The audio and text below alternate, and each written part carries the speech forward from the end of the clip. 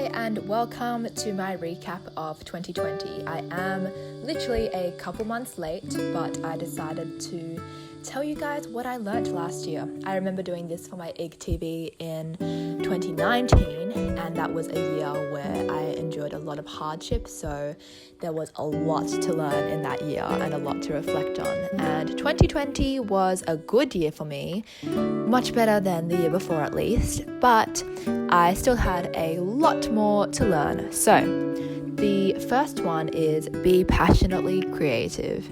This is something where, as you can see in these videos, I basically got dressed up a lot, glammed up a lot because of shoots. I went to the Van Gogh exhibition and I went to travel to people to do shoots with them, and sometimes I would have to do my own makeup and hair. As you can see, it's very simple in that frame, and I just wanted to really showcase my hobbies and what I really enjoyed doing, and that's something that I hadn't done for so long. For all of high school, I didn't have any hobbies, and I realized that it was so fun just to invest in a little bit of enjoyment time for yourself and find a little bit of happiness in things that you can do on this earth. And it was really great to just meet so many people. Granted, not every experience was amazing, but it was definitely a step in the right direction when it came to what do I enjoy in life and what do I want to be doing on the side besides being something like a business student. So the second one for me is put the effort in, it'll pay off later. And I had my first marketing internship, and probably only marketing internship because my degree is quite short. So when I was early, I would walk around Barangaroo, and I think that's every business student's dream job, just walking right into the city every day and having an office with a city view, and thank you, that is literally my dream.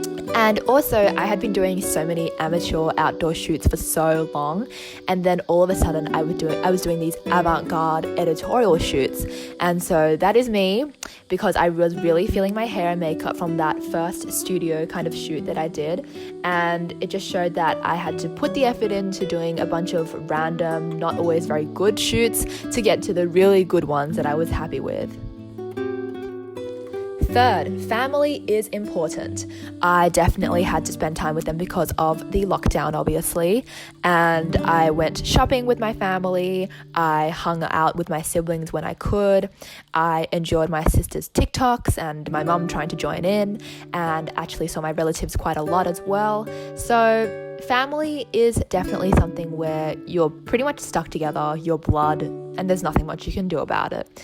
And despite having heaps of family problems, I definitely know and see that importance. And so it's important to try and fight for your family to the best of your ability.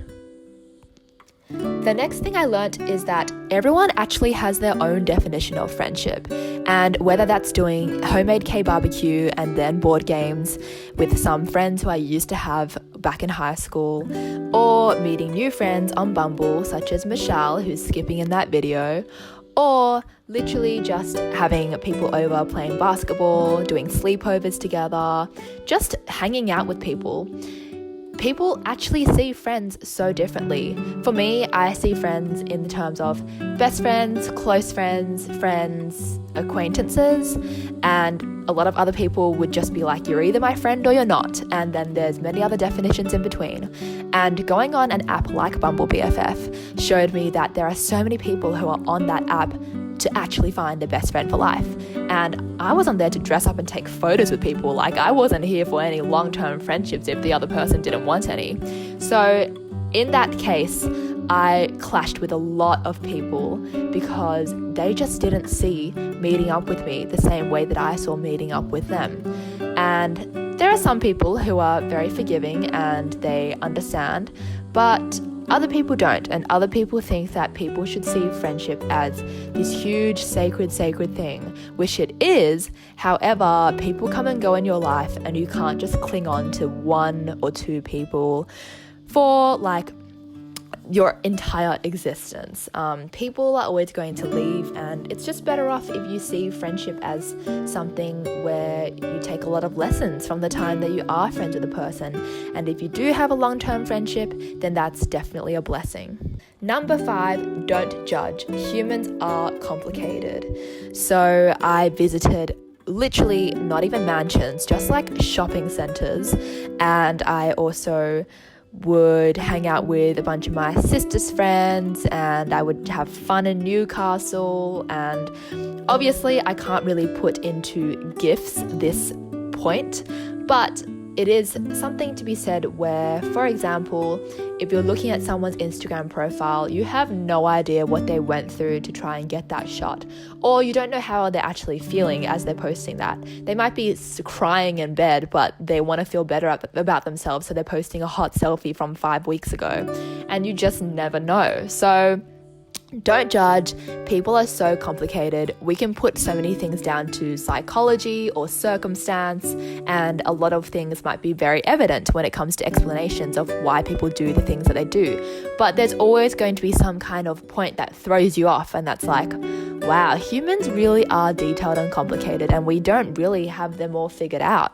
Number 6, always be early, and if you're running late, notify the person you're meeting with. So I basically think that being 5 minutes early is being on time, and I absolutely detest it when someone doesn't tell me they're running late. If I am running late, I don't panic, but I do say, hey, this is my estimated time of arrival, and then people know how long they have to wait for you for, because that could make or break the difference between actually standing outside the door that you're going to meet at or going to a cafe to kill the time before you arrive. So, you know, if you leave that person in the dark, they will just never know. They could be standing there for 45 minutes and you haven't told them because they think it's only 10 minutes. And I would never want to be late to a modeling job. I would never want to be late to meet my friends. I would never want to be late to go to a dinner birthday party. And it's just that kind of thing where it's all courtesy, and it honestly needs to be said more, especially for, I think, people in our generation, where people really need to start being on time. And when you are late and you don't let someone know the reason why or the time that you're planning to arrive at, it really is showing that you disrespect the other person's time, because that person has actually enabled their own schedule to fit you in. So always take that into account when you're running late. This is one that is actually kind of biblical in a sense, and it is that sacrifices are going to hurt. My boyfriend cooks for me because I can't cook as well as him. People are always dropping me off because I can't drive. I'm spending time with my boyfriend's family because it's not fair if he only spends time with my family. And all of these are different sacrifices that are going to hurt. Jesus is the ultimate sacrifice, and dying on the cross really hurt, obviously. He was literally nailed there and died there. And, you know, if it doesn't really hurt in some way, then is it really a sacrifice? Are you really giving up something? And that's something that I learned in a recent Bible study I did. So it can be related to the faith as well. Okay, this is totally my favorite. Relationships strain eventually. So I didn't really have a lot of videos of friends or family, and I managed to just get this TikTok that I have a cameo in of my sister and her friend. And I kind of noticed that between 1 and 1.5 years is when people in relationships tend to have a huge strain, and they have to decide, okay, am I really going to be with this person or not? And that's what happened to my boyfriend and me when we were 1.5 years in. We just realized we were in such a rut, and we had to have a huge talk about it.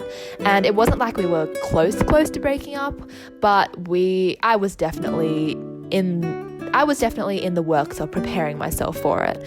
And we eventually came out of that stronger, and we realized, no, this is worth fighting for, and we are going to always have a heap of problems, and we're not always going to please God, but we are definitely going to try to.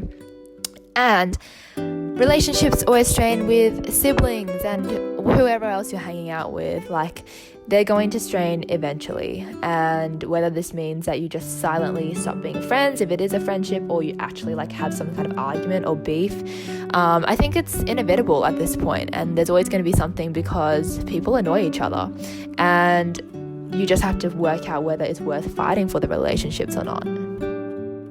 This is one that I particularly want to preach. You don't owe anyone anything unless you promise. When I was younger, I learned that you shouldn't make promises unless you really know you can keep them, because no one likes a broken promise because it can lead to broken relationships, and no one wants to lose a relationship over that. And so unless you actually promise, you really don't owe anyone anything. This is my 2020 schedule, and a lot of people acted like I owed them my time and that they deserved a special spot in my schedule. And especially last year, I was at breaking point. I literally didn't have time for myself, and I had literally absolutely no capacity to take people on at the go. I had to say, can I please meet you in a few months? And a lot of people didn't understand that and started accusing me of a bunch of different things, and it's something I've endured this year as well. And people don't understand, I might be running errands such as going to accompany someone getting their hair cut. I might be doing things that I like doing on my own or with loved ones, such as driving to my favorite place in Sydney to look at the city and to look at the nice view. And there are just some things that you have to do to relax you that isn't always to do with giving someone else your time. And the last thing I learned last year, company always makes you feel better. During lockdown, I would go on a lot of walks with my family, boyfriend and his brother. I had a backyard picnic with my boyfriend when lockdown first happened and we had to celebrate our anniversary. I pretended to have a wedding with some friends when we were coming back from a road trip. And whenever I was having a bad day, whenever I felt really low, sad, depressed, I would always just see my friends and immediately feel better. Sometimes it was almost like a distraction, granted, but for the most part it really did heal me, and it really did make me feel like, oh, life is actually pretty good. And I love hanging out with people. It's one of my favorite things to do. So those are the 10 things that I learnt in 2020. I hope you enjoyed this different format, and I hope that you all have a good 2021.